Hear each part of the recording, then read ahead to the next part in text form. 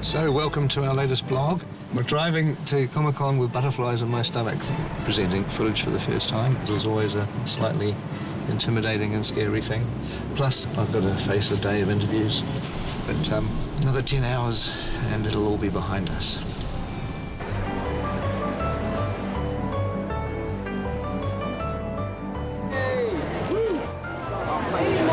So hopefully we'll find Ian and Richard in here somewhere. The Hobbit certainly is more funny. One interview down.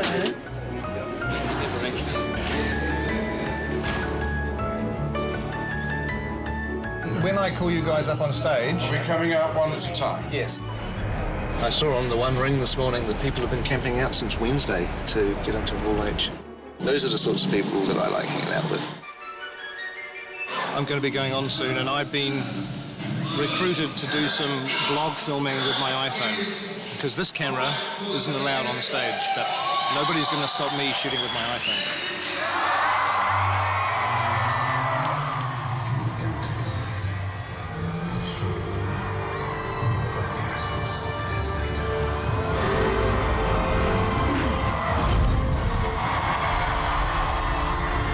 Ladies and gentlemen, please welcome to the stage,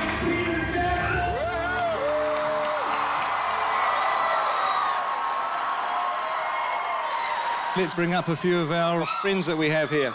Philippa Boyens, Andy Serkis, Richard Armitage, Martin Freeman, Sir Ian McKellen. We also have a surprise guest, Elijah Wood. I love you guys. I came all the way from Brazil just because of you. Thank you. I spent all my money on this trip, but it was worth it.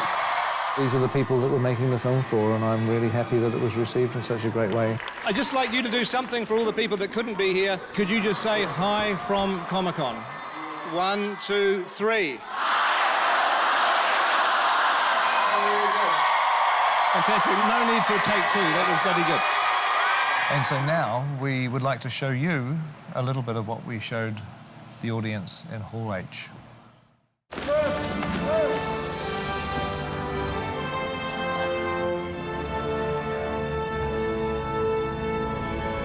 That's great.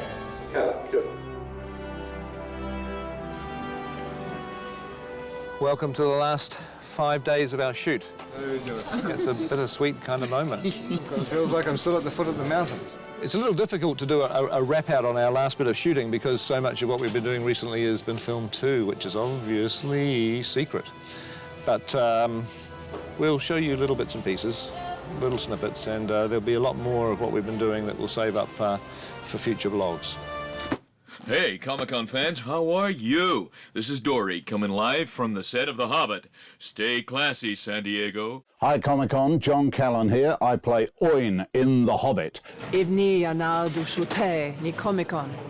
Hi, this is Dwalan saying a big hi to all of you in Comic-Con. Greetings from the very heart of Middle-earth. A really amazing moment for me, I guess. It was the first time we stepped onto Bag End. It's become so embedded in your psyche from what you've seen before. We're all ready to go, and Ian came on for the first time, and you look at him and you go, my God, that's Gandalf. I look back on that with fondness because we got to know each other on Bag End, and we really got to know each other as dwarves. Hi Comic-Con, it's Adam Brown here, aka Ori from the Hobbit set. One of the most exciting things, I think, for me was working on these sets that kind of are part of our history. And there was I working on Rivendell with some incredible actors. Just watching Cate Blanchett act, it was very moving. We had shivers down our spines. It was absolutely astonishing. It's been a privilege being back in Middle-earth. Hey, Comic-Con. Hope you're having a good time. My name is Lee Pace. I play the Elven King, Thranduil. Some of the work that I really loved was with Terry Notary, who designs movement for the different races. And the way the elves move is very different than the way the dwarves move, obviously. It was really fun to get into that character and really move in a way that is not human. Yeah. Sylvester McCoy, who played Radagast, is the loveliest man. I need people. I think that Sylvester's going to be one of the delights of these movies. The real McCoy. I remember going out to Trentham and wandering through the 100 meters of forest that they built. Seeing Roscabel, which is Radagast's house. Radagast's character was a lovely, spirited wizard, and his house really reflected his character beautifully. Dale was beautiful. It really was like being in another country. It was very Moroccan, Turkish, sort of Italian. Yeah. Dale was one of the larger sets. It rivals some of the biggest sets we've ever built, which would have been Minas Tirith and Helm's Deep, I guess, in the old days. The city of Dale was such a huge set. You're able to just wander around as if you were in some abandoned city you've always wanted to visit. The most fun I've had on set would probably be the Goblins. Goblin Town, the sets just seem to be really sharp and really angular and lots of flames and lots of bones. We were introduced to the Great Goblin. Well, Barry Humphries is something of an iconic legend in this part of the world, and I've seen 2 or 3 of his Dame Edna stage shows, and Barry and the Goblin King just seem to be a natural fit. Have you seen the pile of intestines? Oh, no, but I'll go and check them out. I don't know if anyone's home, but we'll soon see. I found Bayon's house absolutely mesmerizing. It's one of my favorite parts of the book, and the creation, the carving that they did inside that beautiful barn, and everything was so oversized. I want to write the theme tune, sing the theme tune. We built it to the scale of the dwarves, so it was huge. And it made all of us feel small. You used to be able to stand on that set and look at the crew setting up the camera, and they looked like tiny little people. It was kind of incredible. Morning, everyone. Happy last day. Morning. What we're doing for this shot is we're going to get Orlando up on here. Somebody stuck something to my back. What is it? Second unit, I think we're a bit of the rock and roll unit, and, you know, we have a bit of fun.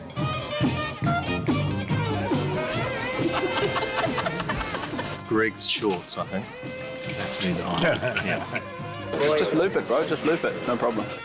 I'm disturbed. It's like an 8-year-old schoolboy. What do you mean it's like an 8-year-old schoolboy?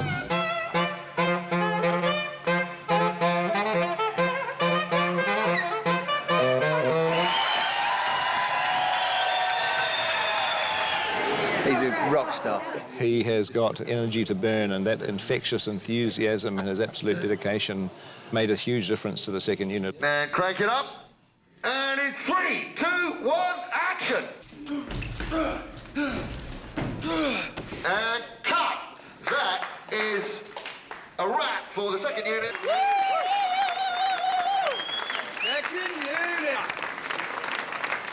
There's a mixture of emotions. Good to finish, but sad at the same time. Quite frankly, I can't imagine this occurring anywhere else on the planet, so thank you from the bottom of my heart. One of the memories that really sticks in my head the most is walking in through the gates of Stone Street at 4:45 in the morning when it's dark and there's no one else here and the stars are still out. And then slowly the studio comes to life and the sun comes up. I saw a lot of those days. You're going to be getting up at 5:30 in the morning for a year and a half, at least 12 hours a day. Morning. You literally just wake up every morning and go shoot a movie, and it seems to last a lifetime. This is the kind of movie where it changes everybody's lives. What we do is kind of driven by adrenaline, so we keep going until we collapse. We've got ready about 20 people a day, and that's about 5,000 prosthetic makeups. It's not gonna work, it's not in line. Ow! We're busy, but sometimes we get bored being busy. In the last 18 months, we've probably gone through about 20 litres of glue, about 450 miles of yak hair, hence there are now a lot of cold yaks in the Himalayas somewhere. I've never worked on such a hairy movie. Even I'm sporting a beard now, and I've never had a beard before, so it's obviously sort of rubbing off somewhere along the line. Just the sheer amount of lead characters with costumes. For some reason, they all want to wear costumes. They all want pants, they all want shoes made for an enormous amount of costumes. All of these clothes to nearly the back of the truck is Bilbo. For Smorg's Lair, we used so much gold paint. I used everything in Australasia, and we had to get it from Germany. Wunderbar. 22,817,520 feet if we were shooting 35mm like this. And I'm really glad we're not. I'm sure that I've done over 2,500 drawings. I kept my pencil stubs. You're literally doing a drawing one day and then walking on the set a few days later. We shoot a set take it out and replace it for the very next day's shoot. They put up the most incredible sets. You walk in the night before and it's not finished and you think, my God, how are we ever going to be in here tomorrow filming? And yet you walk in 8 o'clock the next morning and it's ready to go. To me, that's probably one of the most gratifying things on this whole picture, that all these people force through impossible odds and create these beautiful things. Wow, look at that. Yes. I'll miss the camaraderie of the folks that we've built up and the cast and crew. You know, we've spent an awful long time together. There's like sort of 12 or 13 of us who have been in a mini army.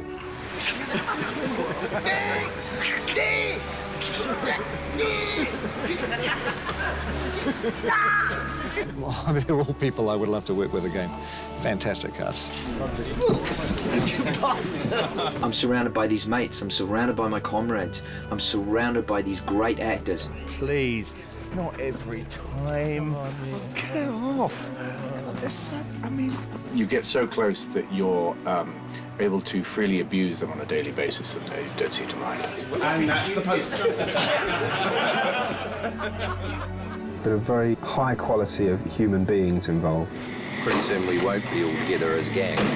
It's just going to be sad. We'll all miss each other terribly. You're getting to come to work with a group of people that you love working with, that you love hanging out with. It's a real family. What's this in our laundry? Look at that. Oh! Red-handed. What happens on The Hobbit stays on The Hobbit.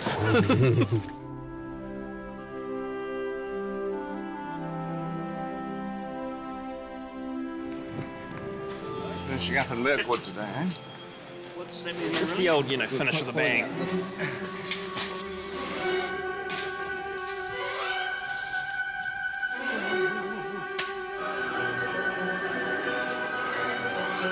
Look out!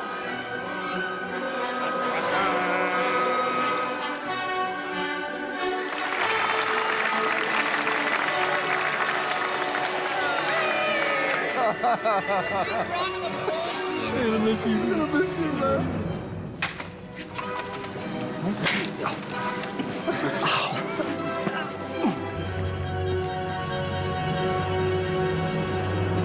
Okay, and action.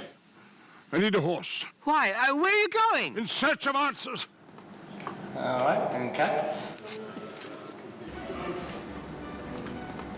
Well, unless anybody has anything else they want to shoot, I think we should call that a day. Thank you.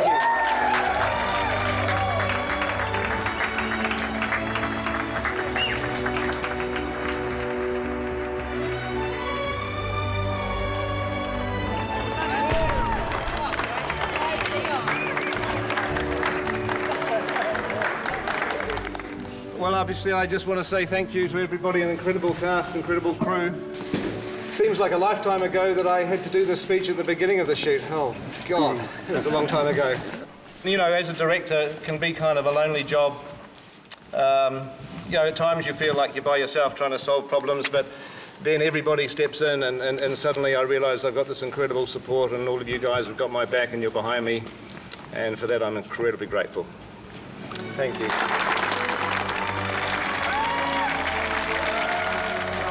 There's bubbles right next door.